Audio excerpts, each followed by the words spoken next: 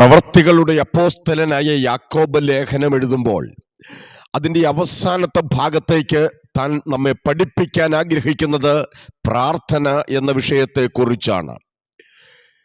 വിശുദ്ധ വേദപുസ്തകത്തിൽ യാക്കോബിന്റെ ലേഖനം 5-ാം അധ്യായം 16-ാമത്തെ വാക്യത്തിൽ നീതിമാന്റെ ശ്രദ്ധയോട് കൂടിയ പ്രാർത്ഥന വളരെ ഫലിക്കുന്നു എന്ന് അവിടെ എഴുതിയിരിക്കുകയാണ്. ഈ പ്രാർത്ഥന യാക്കോബിന്റെ ലേഖനം 5-ാം അധ്യായം 13 മുതൽ 16 വരെയുള്ള വാക്യങ്ങൾ നാം ശ്രദ്ധിച്ചു പഠിച്ചാൽ അവിടെ 5 കൂട്ടരുടെ പ്രാർത്ഥനയാണ് പഠിപ്പിക്കുന്നത്. ഒന്നാമത്തെ പ്രാർത്ഥന വാക്യം 13 കഷ്ടം അനുഭവിക്കുന്നവരുടെ പ്രാർത്ഥനയാണ്. രണ്ടാമത്തെ പ്രാർത്ഥന വാക്യം 14 സഭയിലെ മൂപ്പന്മാരെ വരുത്തിയുള്ള പ്രാർത്ഥനയാണ്. വാക്യം 16 കടന്നു വരുമ്പോൾ വിശ്വാസത്തോടു കൂടിയ രോഗിയുടെ പ്രാർത്ഥന അല്ലെങ്കിൽ വിശ്വാസികളുടെ തന്നെ പ്രാർത്ഥനയാണ്. വാക്യം 16 വീണ്ടും കടന്നു വരുമ്പോൾ നീതിമാന്റെ പ്രാർത്ഥനയാണ്. വാക്യം 17 വരുമ്പോൾ ഏലിയാവിന്റെ പ്രാർത്ഥനയാണ്. അപ്പോൾ കഷ്ടമനുഭവിക്കുന്ന പ്രാർത്ഥനയും മൂപ്പന്റെ പ്രാർത്ഥനയും രോഗിയുടെ അഥവാ വിശ്വാസികളുടെ പ്രാർത്ഥനയും നീതിമാന്റെ പ്രാർത്ഥനയും ഏലിയാവിന്റെ പ്രാർത്ഥനയുമാണ് 5 കൂട്ടരുടെ എന്ന് നമുക്ക് പഠിക്കുവാൻ കഴിയുന്നത്. അപ്പോൾ തന്നെ ആ വാക്യങ്ങളെ ഒന്നുകൂടെ സശ്രദ്ധം നാം ആഴത്തിലേക്ക് ഇറങ്ങി പഠിച്ചാൽ ഈ 5 പ്രാർത്ഥനയും 5 വ്യത്യസ്ത നിലകളിലുള്ളതാണ്. ഒന്നാമത്തെ പ്രാർത്ഥന എണ്ണ പൂശിയുള്ള പ്രാർത്ഥനയാണ്. രണ്ടാമത്തെ പ്രാർത്ഥന വിശ്വാസത്തോടു കൂടിയ പ്രാർത്ഥനയാണ്. മൂന്നാമത്തെ പ്രാർത്ഥന പാപം ഏറ്റുപറഞ്ഞുള്ള പ്രാർത്ഥനയാണ്. നാലാമത്തെ പ്രാർത്ഥന ശ്രദ്ധയോടു കൂടിയ പ്രാർത്ഥനയാണ്. 5-ാമത്തെ പ്രാർത്ഥന അപേക്ഷിച്ചു കൊണ്ടുള്ള പ്രാർത്ഥനയാണ്. ഇതിൽ പവർഫുൾ ആൻഡ് എഫക്റ്റീവായി നിൽക്കുന്ന പ്രാർത്ഥനയാണ് ശ്രദ്ധയോടുകൂടിയ പ്രാർത്ഥന എന്ന് പറയുന്നത്. ഇതാണ് ഏറ്റവും വളരെ ഫലിക്കുന്നത് എന്ന് യാക്കോബ് നമ്മെ പഠിപ്പിക്കുന്നത്. മരുന്ന് ഫലിക്കാത്തിടത്ത്, വൈദ്യശാസ്ത്രം ഫലിക്കാത്തിടത്ത്, മെഡിക്കൽ സയൻസ് പരാജയപ്പെടുന്നിടത്ത്, മരുന്നും മന്ത്രവും പരാജയപ്പെടുന്നിടത്ത് പ്രാർത്ഥന വളരെ ഫലിക്കുന്നു എന്ന് രേഖപ്പെടുത്തിയിരിക്കുകയാണ്. നിങ്ങൾ ഏത് വിഷയത്തിന് വേണ്ടിയും പ്രാർത്ഥിക്കുന്ന വ്യക്തിയാണെങ്കിൽ നിങ്ങൾ ശ്രദ്ധയോടെ പ്രാർത്ഥിച്ചാട്ടെ, നിങ്ങൾ ഈ ദിവസങ്ങളിൽ വിശ്വാസത്തോടെ പ്രാർത്ഥിച്ചാട്ടെ, നിങ്ങൾ ചോദിക്കുന്നതിലും നനയ്ക്കുന്നതിലും അത്യന്തം പരമായ ഒരു മറുപടി സ്വർഗത്തിലെ ദൈവം നിങ്ങൾക്ക് തരുവാൻ തുടങ്ങുകയാണ്. കഴിഞ്ഞ നിമിഷങ്ങളിൽ നാം പഠിച്ചുകൊണ്ടിരുന്നത് 5 കൂട്ടരുടെ 5 വ്യത്യസ്ത നിലകളിലുള്ള പ്രാർത്ഥനയെ കുറിച്ചാണ്. നിങ്ങൾ ഏതെല്ലാം വിഷയത്തിന് വേണ്ടിയാണ് ദൈവസന്നിധിയിൽ പ്രാർത്ഥിക്കുന്നത്? ഒന്നെങ്കിൽ ഒരു ശാരീരികമായ സൗഖ്യത്തിന് വേണ്ടി, രോഗത്തിൽ നിന്നുള്ള വിടുതലിന് വേണ്ടിയാണോ നിങ്ങൾ പ്രാർത്ഥിക്കുന്നത്? നിങ്ങളുടെ കുട്ടികളുടെ വിദ്യാഭ്യാസത്തിന് വേണ്ടി, അവരുടെ നല്ല ഭാവിക്ക് വേണ്ടിയാണോ നിങ്ങൾ പ്രാർത്ഥിക്കുന്നത്? നിങ്ങളുടെ മക്കളുടെ വിവാഹ കാര്യത്തിന്റെ ക്രമീകരണത്തിന് വേണ്ടിയാണോ നിങ്ങൾ ഈ ദിവസങ്ങളിൽ പ്രാർത്ഥിക്കുന്നത്? അനുകൂലമായ ഒരു കാലാവസ്ഥ ദൈവം തരുവാനാണോ നിങ്ങൾ പ്രാർത്ഥിക്കുന്നത്?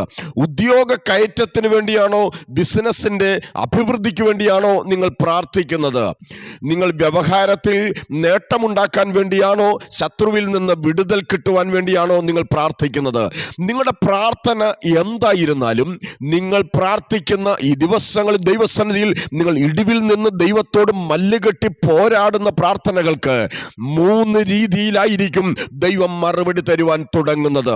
ഒന്നാമത്തെ മറുപടി 1 രാജാക്കന്മാരുടെ പുസ്തകം 18-ാം അധ്യായം 38-ാമത്തെ വാക്യമാണ്. ഏലിയാവ് ദൈവസന്നിധിയിൽ ദൈവത്തോട് പ്രാർത്ഥിക്കുകയാണ്. ദൈവമേ, അവിടുന്ന് ദൈവം തന്നെയാണ്, ഞാൻ അവിടുത്തെ ദാസനാണ്, അവിടുത്തെ വചനപ്രകാരമാണ് ഞാൻ ഈ കർമ്മേലിന്റെ മുകളിൽ ഈ യാഗം കഴിച്ചതെന്നും ജീവിക്കുന്നൊരു ദൈവമുണ്ടെന്നും ഇന്ന് വെളിപ്പെട്ടു വരട്ടെ എന്ന് ഏലിയാവ് പ്രാർത്ഥിച്ചു തീർന്നതല്ല.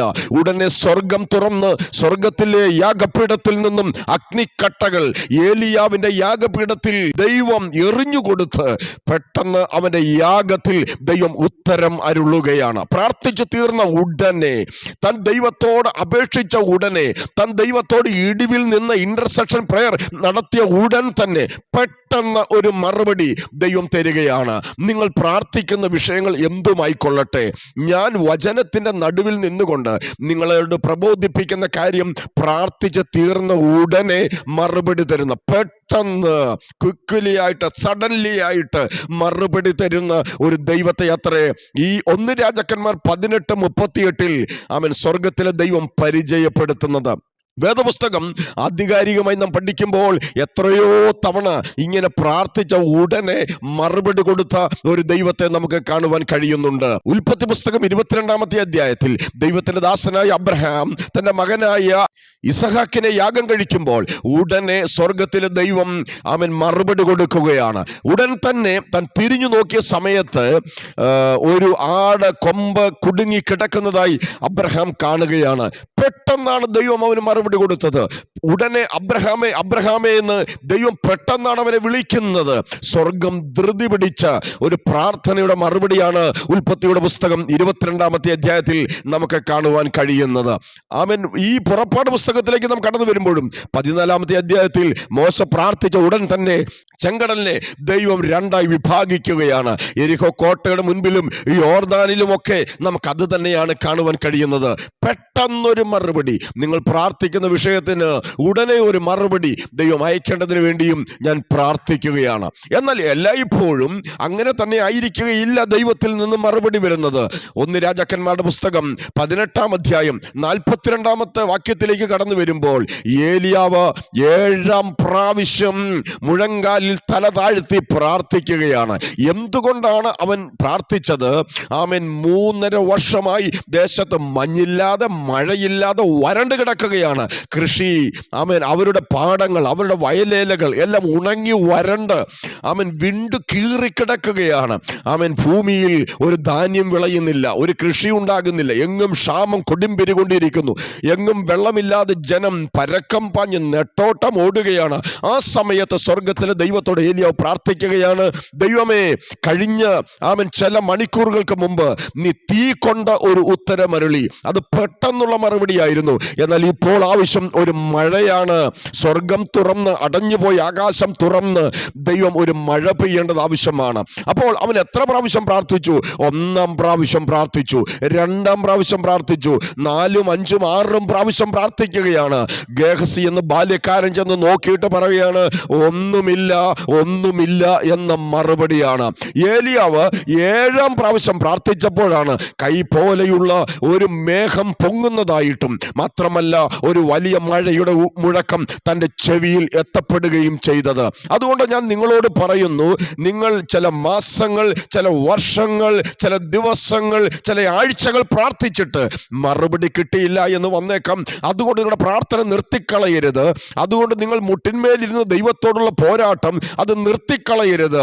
നിരന്തരമായി പ്രാർത്ഥിക്കുമ്പോൾ, ഇടവിടാതെ പ്രാർത്ഥിക്കുമ്പോൾ, മടുത്തു പോകാതെ പ്രാർത്ഥിക്കുമ്പോൾ, വിശ്വാസത്തോടെ പ്രാർത്ഥിക്കുമ്പോൾ, യേശുക്രിസ്തുവിന്റെ നാമത്തിൽ പ്രാർത്ഥിക്കുമ്പോൾ, അതെ, സ്വർഗത്തിലെ ദൈവം പ്രാർത്ഥനയ്ക്ക് മറുപടി തരിക തന്നെ ചെയ്യും. അതുകൊണ്ടല്ലേ ലൂക്കോസിന്റെ സുവിശേഷം 18-ാമത്തെ അധ്യായത്തിൽ കർത്താവ് ഇങ്ങനെ പറഞ്ഞത്, മടുത്തു പോകാതെ എപ്പോഴും പ്രാർത്ഥിക്കണം എന്നുള്ളതിന് കർത്താവ് നമ്മെ പഠിപ്പിക്കുന്ന ഒരു മാതൃക, ദൈവത്തെ ഭയവും മനുഷ്യനെ ശങ്കയും ഇല്ലാതിരുന്ന ന്യായാധിപന്റെ അടുക്കൽ കടന്നു എന്ന് പ്രതിയോഗിയിൽ നിന്ന് വിടുതൽ കിട്ടേണ്ടതിന് വേണ്ടി എല്ലാ ദിവസവും അസഹ്യപ്പെടുത്തി പ്രാർത്ഥിക്കുന്ന ഒരു വിധവയെ അവിടെ പരിചയപ്പെടുത്തുന്നുണ്ടല്ലോ. സ്തോത്രം. ലജ്ജ കൂടാതെ മുട്ടുക നിമിത്തം അവൾക്ക് രാപ്പകൽ ദൈവത്തോട് നിലവിളിക്കുന്ന തൻ്റെ ഭക്തന്മാരുടെ കാര്യത്തിൽ ദീർഘക്ഷമ കാണിച്ചാലും ദൈവം ഒടുവിൽ മറുപടി കൊടുക്കുമെന്ന് അവിടെ രേഖപ്പെടുത്തിയിരിക്കുകയാണ്. അങ്ങനെ എലിസബത്തും സക്കരിയാവും എത്രയോ വർഷം പ്രാർത്ഥിച്ചു. അവർ നനയ്ക്കാത്ത നാഴികയിൽ അവരുടെ വാർദ്ധക്യത്തിൽ അത്രേ അവിടെ പ്രാർത്ഥനയുടെ മറുപടി കിട്ടിയത്. ഹന്ന പ്രാർത്ഥിച്ചതാണ്, അന്ന് ദൈവം മറുപടി കൊടുത്തു. പക്ഷെ അത് കാണുവാൻ കഴിഞ്ഞത് അടുത്ത വർഷം ഈ സമയമായപ്പോഴാണ്. അബ്രഹാമും അവന്റെ ഭാര്യയായ സാറയ്ക്കും ദൈവം ഭവനത്തിലേക്ക് ഇറങ്ങി വന്ന്, കൂടാരത്തിന്റെ അകത്തേക്ക് ഇറങ്ങി വന്ന് ദൈവം മറുപടി കൊടുത്തതാണ്. പക്ഷേ അടുത്ത വർഷം ഈ സമയമായപ്പോഴാണ് അത് കാണുവാൻ കഴിഞ്ഞത്. അതുകൊണ്ട് എന്നെ കേൾക്കുന്ന പ്രിയപ്പെട്ടവരെ, 1-ാമത്തെ പ്രാർത്ഥന പെട്ടെന്നുള്ള മറുപടിയാണെങ്കിൽ, 2-ാമത്തെ പ്രാർത്ഥന ദൈവത്തിന്റെ തക്ക സമയത്ത്, ദൈവത്തിന്റെ സമയത്ത്, നമ്മുടെ സമയത്തല്ല. ദൈവം ഒന്നും ലേറ്റായിട്ട് ചെയ്യുന്ന ദൈവമല്ല. ദൈവം ഒന്നും നേരത്തെ കയറി ചെയ്യുന്ന ദൈവമല്ല. തക്ക സമയത്ത് അതിന് മറുപടി ഉണ്ട്. അതുകൊണ്ട് മടുത്തു പോകാതെ പ്രാർത്ഥിച്ചാട്ടെ. സ്തോത്രം. 3-ാമത്തെ മറുപടി 1 രാജാക്കന്മാരുടെ പുസ്തകം 19-ാം അധ്യായം 4ഉം 5ഉം വാക്യത്തിലാണ്. അവിടെ ഇങ്ങനെ എഴുതിയിരിക്കുന്നു, ഏലിയാവ് ദൈവത്തോട് പ്രാർത്ഥിക്കുകയാണ്, ദൈവമേ എന്നെ അങ്ങ് എടുത്തുകൊള്ളണമേ. സ്തോത്രം. കഴിഞ്ഞ ദിവസങ്ങളിൽ വാർത്താ മാധ്യമങ്ങളിലൂടെ ഒരു പാസ്റ്റർ അദ്ദേഹം ആത്മഹത്യ ചെയ്ത ഒരു ചരിത്രം നാം വായിക്കുകയുണ്ടായി. വളരെ മനസ്സിനെ വേദനിപ്പിച്ച ഒരു കാര്യമാണ്. ഏലിയാവ് പറയുകയാണ്, ദൈവമേ സൂയിസൈഡ് ചെയ്താൽ നരകത്തിൽ പോകുവാനുള്ള ചാൻസ് ഉണ്ട്, അതുകൊണ്ട് അവിടുന്ന് തന്ന പ്രാണനെ അവിടുന്ന് തന്നെ എടുത്തുകൊള്ളണമേ. ദൈവം അതിന് മറുപടി കൊടുത്തോ? ഇല്ല. ആ സമയത്ത് ദൈവം അവന് മറുപടി കൊടുത്തു. എന്നെ അങ്ങ് എടുത്തോണമേ, എൻ്റെ ജീവിതം ഇവിടെ കൊണ്ട് അവസാനിപ്പിക്കണമേ. ഈ ചൂരച്ചെടിയുടെ ചുവട്ടിൽ ഞാൻ കിടക്കുന്ന കിടപ്പ്, ഈ ഉറക്കം ഒരു മരണമായി അവസാനിക്കട്ടെ എന്ന് ഏലിയാവ് പ്രാർത്ഥിക്കുകയാണ്. പക്ഷേ ദൈവം അതിന് മറുപടി കൊടുത്തില്ല. ചില പ്രാർത്ഥനകൾക്ക് ദൈവം മറുപടി തരുന്നില്ല. ഒന്നാമത്തെ പ്രാർത്ഥനയുടെ മറുപടി പെട്ടെന്നുള്ള മറുപടി, രണ്ടാമത്തെ പ്രാർത്ഥനയുടെ മറുപടി വൈകിയുള്ള മറുപടി. യെസ് ബട്ട് വെയിറ്റ് എന്ന് ദൈവം പറയുകയാണ്. ഞാൻ നിനക്ക് മറുപടി തരാം, പക്ഷെ നീ അല്പം വെയിറ്റ് ചെയ്യണം എന്ന് ദൈവം പറയുകയാണ്. മൂന്നാമത്തെ പ്രാർത്ഥനയുടെ മറുപടി ദൈവം നോ എന്ന് പറയുകയാണ്. ഒന്നാമത്തെ മറുപടി യെസ് എന്നാണെങ്കിൽ, രണ്ടാമത്തെ പ്രാർത്ഥനയുടെ മറുപടി യെസ് പ്ലീസ് വെയിറ്റ് എന്നാണെങ്കിൽ, മൂന്നാമത്തെ പ്രാർത്ഥന മറുപടി ദൈവം നോ എന്ന് പറയുകയാണ്. ദൈവത്തിന് അങ്ങനെ ഒരു ഹിതമുണ്ട് കേട്ടോ. എല്ലാ പ്രാർത്ഥനയ്ക്കും ദൈവം മറുപടി തരുന്നില്ല. ദൈവഹിതമുള്ള വിഷയത്തിന് മാത്രമേ ദൈവം മറുപടി തരൂ. അല്ലാത്ത വിഷയത്തെ നോക്കി ദൈവം നോ എന്ന് പറയാൻ തീരും. വേദപുസ്തകത്തിൽ എത്രയോ തെളിവുകൾ അതിനുണ്ട്. ബിലയാം ദൈവത്തോട് അനുവാദം ചോദിച്ചു ബാലാക്കിന്റെ വെള്ളിയും പൊന്നും മേടിച്ച് പോകുവാൻ. പക്ഷെ ദൈവം പറഞ്ഞു നോ, നീ അവിടെ പോകണ്ട. പൗലോസ് യാത്ര പുറപ്പെട്ടപ്പോൾ പരിശുദ്ധാത്മാവ് അവനെ വിലക്കി. യേശുവിന്റെ ആത്മാവ് അവനെ സമ്മതിച്ചില്ല. ചിലത് സമ്മതിക്കയില്ല, ചിലതിനെ വിലക്കും, ചിലതിനെ നോക്കി ദൈവം നോ എന്ന് പറയാനിടയായി തീരും. മോശ ദൈവത്തോട് ഇങ്ങനെ പ്രാർത്ഥിച്ചു, ദൈവമേ നീ എന്റെ വിക്ക് ഒന്ന് മാറ്റണം. ഇല്ല, മരണം വരെ വിക്ക് മാറ്റിയില്ല.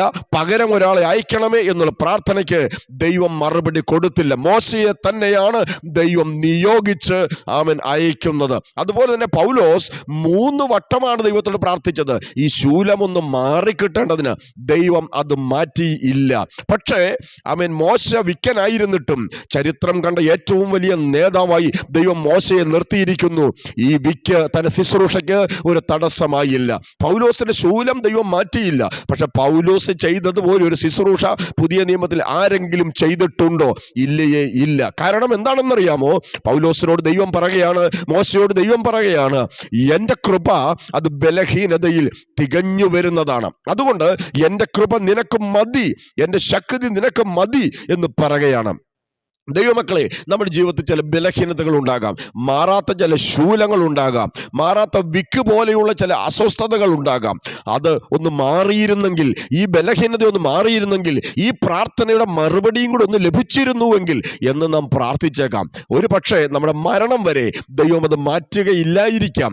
പക്ഷെ ഒരു കാര്യം ദൈവം പറയുന്നു, ഈ ബലഹീനതയെ ഓവർകം ചെയ്യുന്ന ഒരു കൃപ ഞാൻ നിനക്ക് തരാൻ പോകുകയാണ്. ഈ ബലഹീനത മാറ്റിയാൽ ഈ കൃപയും നിന്നിൽ നിന്ന് മാറിപ്പോകാൻ സാധ്യതയുണ്ട്. നിനക്ക് എത്രത്തോളം ശൂലമുണ്ടോ, എത്രത്തോളം സാത്താൻ നിന്നെ കുത്തുന്നുണ്ടോ, എത്രത്തോളം നിന്റെ ജീവിതത്തിൽ ഒരു ജഡത്തിലെ ബലഹീനതകളുണ്ടോ, അത്രത്തോളം ദൈവം കൃപ തരുന്ന ദൈവമാണ്. അത്രത്തോളം ശുശ്രൂഷയുടെ ആഴത്തെ വർദ്ധിപ്പിക്കുന്ന ദൈവമാണ്.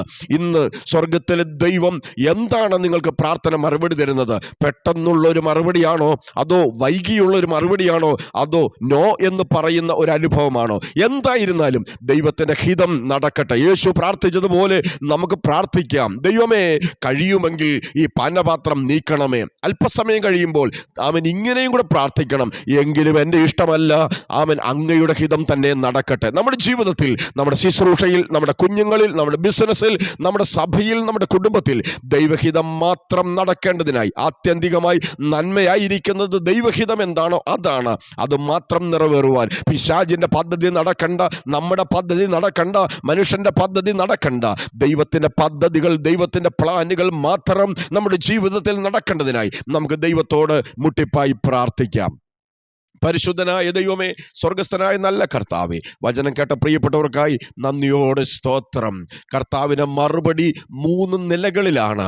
ഒന്നുകിൽ യെസ് എന്നും, അല്ലെങ്കിൽ യെസ് പ്ലീസ് വെയിറ്റ് എന്നാണെങ്കിലും, അല്ലെങ്കിൽ നോ എന്നാണെങ്കിലും, കർത്താവേ അതെന്തായിരുന്നാലും അത് സഹിഷ്ണുതയോടെ കൈക്കൊള്ളുവാൻ, അത് ഞങ്ങളുടെ ജീവിതത്തിൽ ആദ്യോടന്തം അനുഗ്രഹമാണ്, നന്മയാണ്. ദൈവം എന്തു തന്നാലും അത് ശ്രേഷ്ഠമാണ് എന്ന് തിരിച്ചറിവിൽ ജീവിപ്പാൻ അവിടുന്ന് എല്ലാവരെയും സഹായിക്കുന്നതിനായി നന്ദിയോടെ നന്ദിയോടെ സ്തോത്രം ചെയ്യുന്നു. വചനം കേട്ട പ്രിയപ്പെട്ടവരെ, ഈ വചനം വെച്ച് ഞാൻ ബ്ലസ് ചെയ്യുന്നു. അവിടെ പ്രാർത്ഥനാ വിഷയത്തിൻ്റെ മേൽ കർത്താവ് ഒരു അത്ഭുതം ചെയ്യുന്നതിനായി സ്തോത്രം. പ്രാർത്ഥന കേട്ടതിനായി നന്ദി പറയുന്നു.